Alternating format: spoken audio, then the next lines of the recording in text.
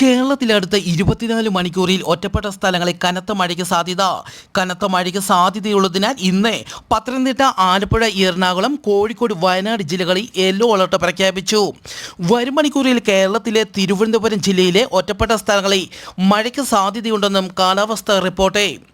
അതിതീവ്ര ചുഴലിക്കാറ്റ് മാൻ ഫിലിപ്പൈൻസിൽ ആഞ്ഞടിക്കുന്നു. ഫിലിപ്പൈൻസിലെ ക്യൂസോൺ, ലൂസോൺ, അറോറ എന്നിവിടങ്ങളിൽ അതീവ ജാഗ്രത പ്രഖ്യാപിച്ചു. തലസ്ഥാനമായ മനിലയിലും തീവ്ര മഴ റിപ്പോർട്ട് ചെയ്യുന്നു.